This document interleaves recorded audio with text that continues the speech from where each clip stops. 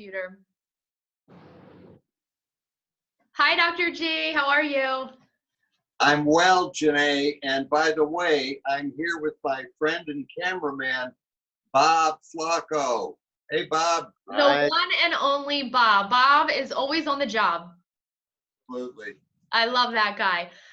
So anyone who is tuning in, I have with me my friend, my personal training client, the one and only abstract artist, Dr. J. And I want to read a little bio so that I don't skip anything to tell you about one of my favorite people. So Dr. James George is a retired chairman of the emergency department at Inspira Medical Center, Mullica Hill, New Jersey. He is also a retired attorney, for those of you who did not know that. That's some new information for me. Dr. G fell in his home in 2016 and sustained a brain hemorrhage and a spinal cord injury. So during his rehabilitation at McGee Hospital in Philadelphia, he was offered an art therapy course, and since then has become a prolific abstract artist, as you can see by the beautiful paintings all around behind him. His paintings actually hang throughout the McGee Hospital and the Inspira Medical Center Emergency Department that just opened up in Mullica Hill, New Jersey. So if you've not been there yet, make sure you go in and check out all of Dr. G's beautiful artwork. So I always like to start my show, even though this is only my second show. I'm acting like I've been doing this for years. I like to start with your favorite quote. So before we started recording, I asked you to send me something, and you said that life is a marathon, not a sprint. So what, Dr. J, abstract artist, doctor, lawyer, friend, what does that mean to you? Well, that means that success is determined by a bunch of singles and occasional double and very few home runs. So to me, who's not a runner, that philosophy means that life is a marathon, not a sprint. And the name of the game of life is to be able to finish the marathon no matter how long it takes. My son taught me that. His favorite saying was, inch by inch, you're a cinch. Yard by yard, it's mighty hard. Wow. And he, God bless him, was a major influencer in my life. He inflicted me with the mindset that I could become anything I wanted to be. And he gave me an extreme dose of confidence. It didn't happen overnight. It was a gradual process, but I try to impart that whenever the opportunity presents itself. And this being my first experience with sais quoi, I'm happy to share that intimate thought with you. That is really beautiful to hear what an influence your father had on you, and that his saying was inch by inch, and then you've adapted that to actually be that life is a marathon and not a sprint, and that you just have to keep going no matter how long, how little the steps are, whatever it might be. So I'm assuming that is what led you to live such a successful career in medicine. It helped, keep me grounded. And, medicine is a very serious question because people's lives and well-being are at stake. Absolutely. And those are very heavy thoughts and obligations to carry in a physician or healthcare provider's head. And at this time of this bizarre, surreal, novel coronavirus experience, pandemic that we're all living through in one form or another of quarantine, it makes me think about all of the healthcare people EMTs, ambulance personnel, definitely my friends and colleagues in the emergency departments, physicians, physician assistants, nurse practitioners, nursing staff, techs, secretaries, everybody in the hospital environment. These people are absolutely in the danger zone. Absolutely. Minute of every day. And my heart goes out to them. I think about them every day and hope that all turns out well for them and their families.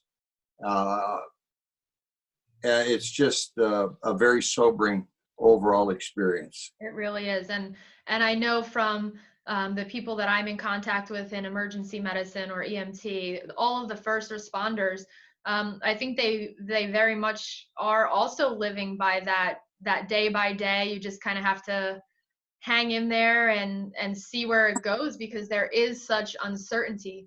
So I think being able to adapt that mindset that you're talking about of, you just don't give up, and you just kind of see each next little milestone and you get there and then you go on to the next one, rather than thinking of the end of the finish line, thinking more in terms of like, how are we going to get through today, and staying in the present. And I think that's really hard for people to do.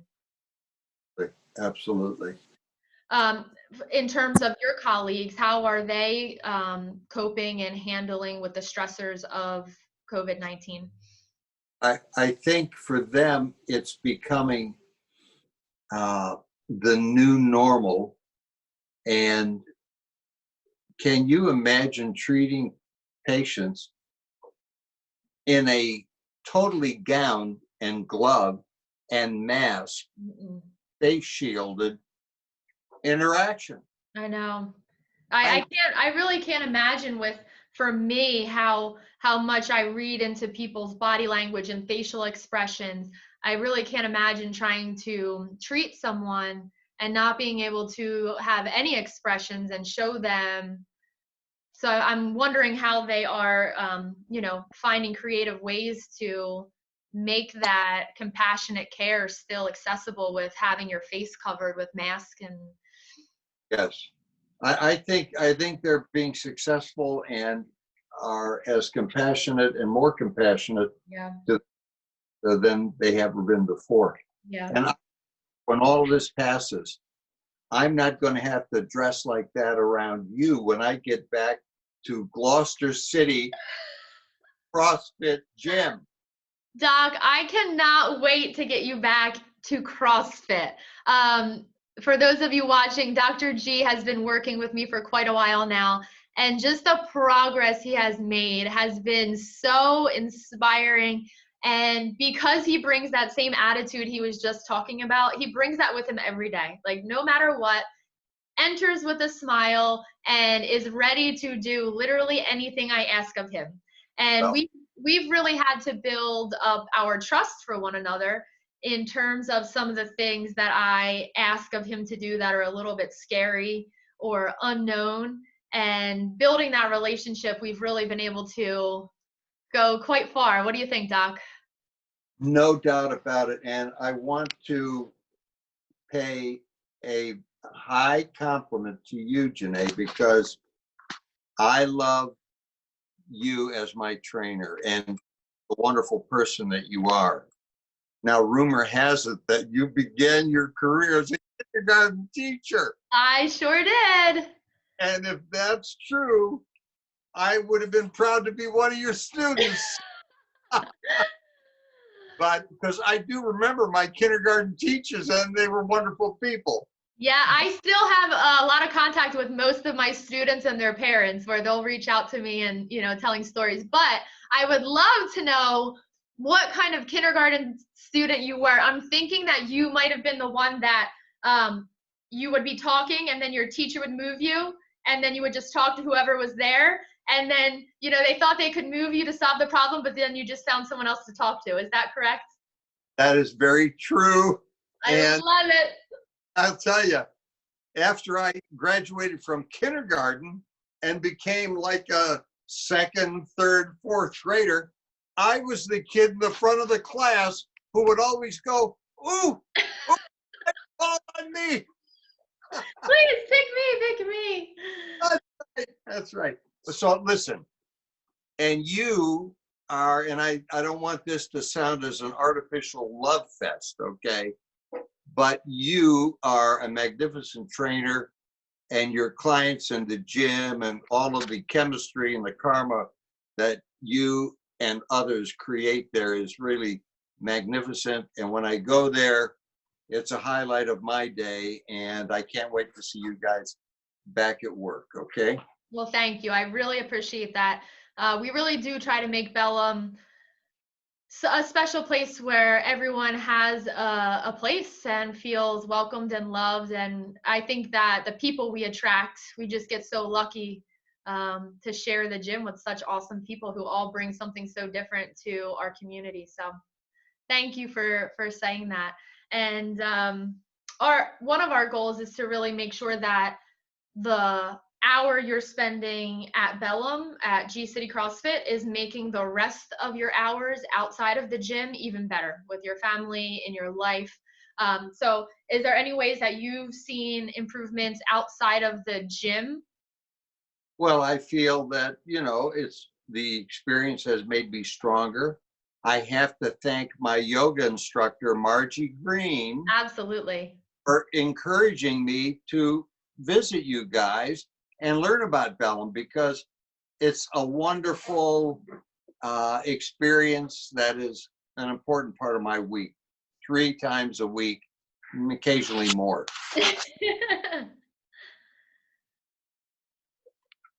So what else do you want to chat about? You want to see some of my art? Because I absolutely would love to go on a little bit of an art tour, but before we get there, can we talk a little bit about your method? I know you are an abstract artist, but what does that actually look like? well, all artists obviously are very individualized, and for me, I don't give a lot of pre-thought to what I'm going to paint.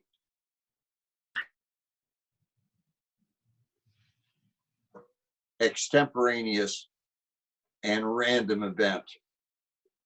I love color, I love shapes, and those are the things that drive me.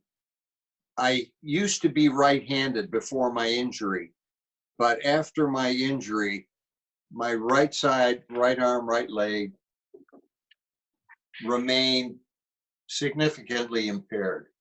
My left side is my strong side, maybe 70% of normal, but I thank God for what I've recovered. And Absolutely. I had to learn to make art with my left hand from a cold turkey standing start. And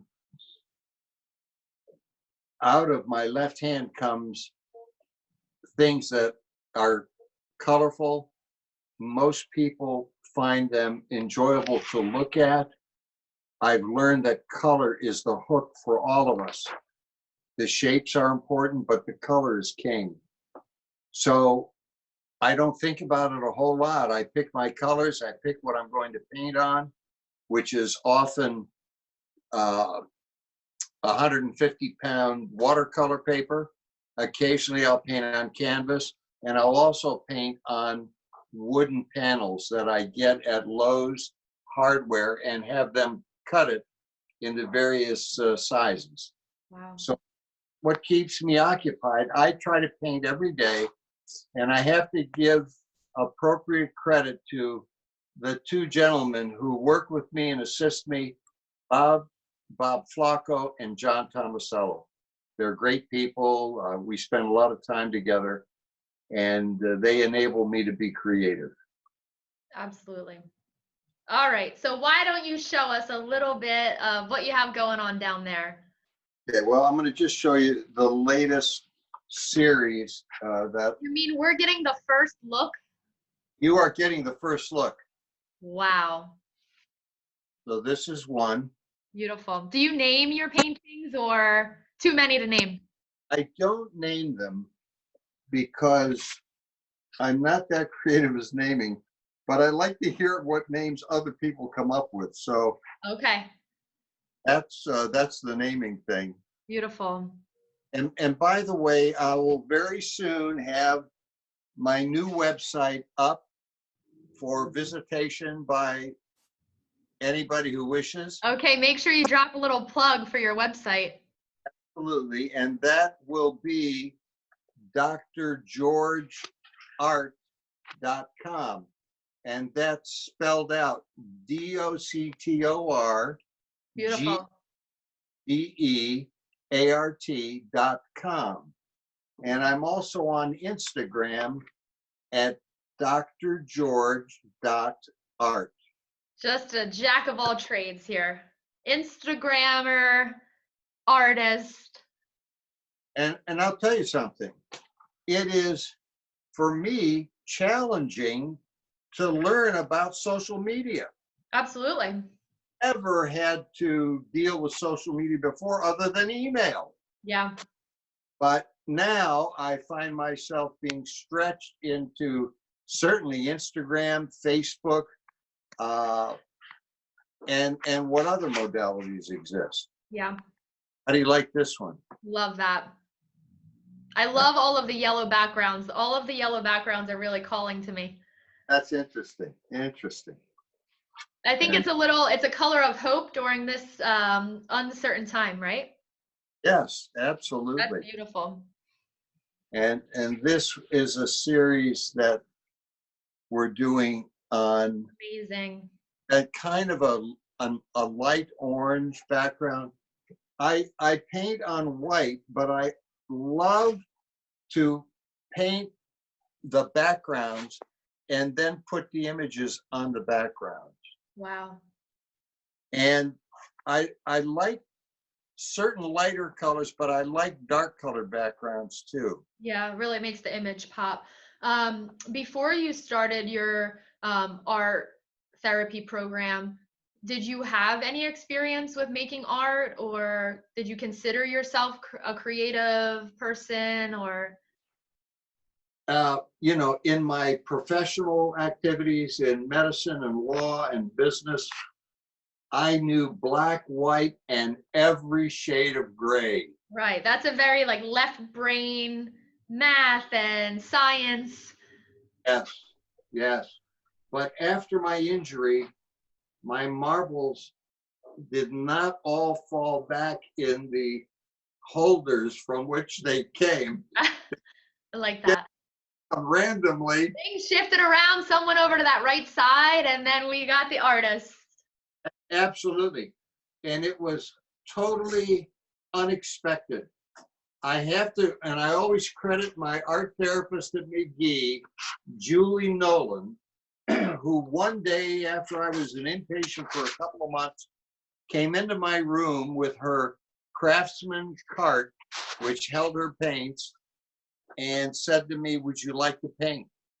And I was in my bed and I said to myself, how in the heck am I going to paint, because I've essentially lost the use of my right hand? Yeah. I didn't say that. I said yes. And she worked with me and I started slowly.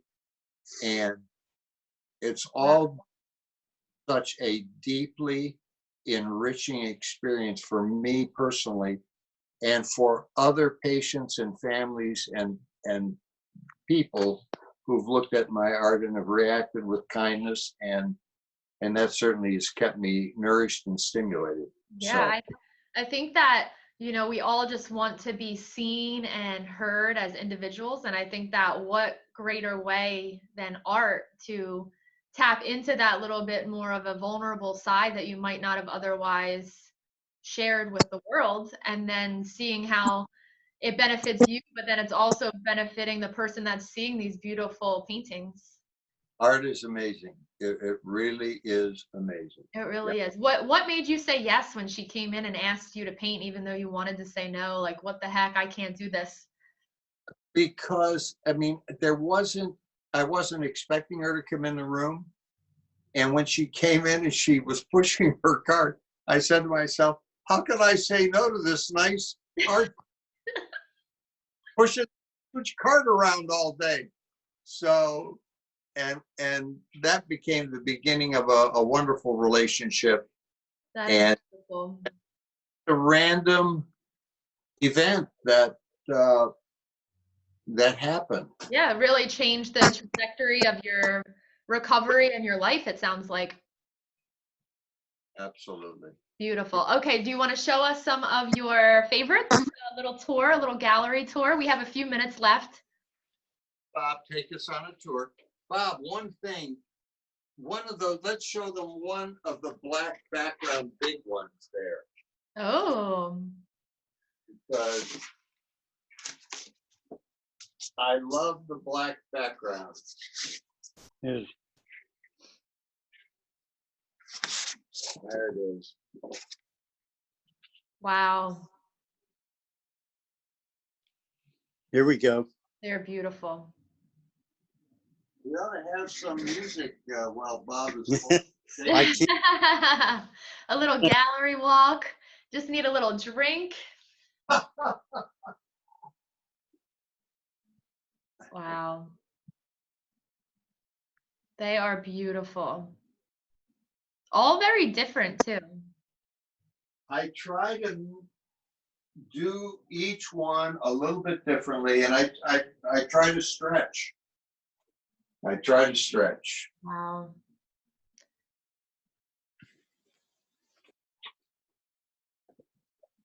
Those are beautiful.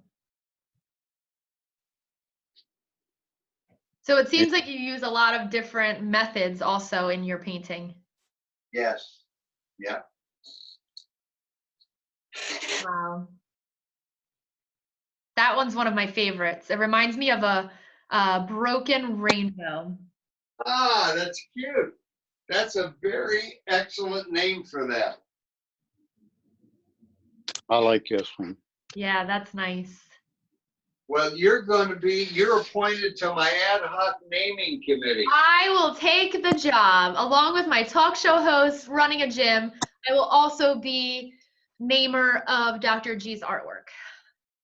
I'm gonna need a really big business card. Wow. That one almost looks like layered.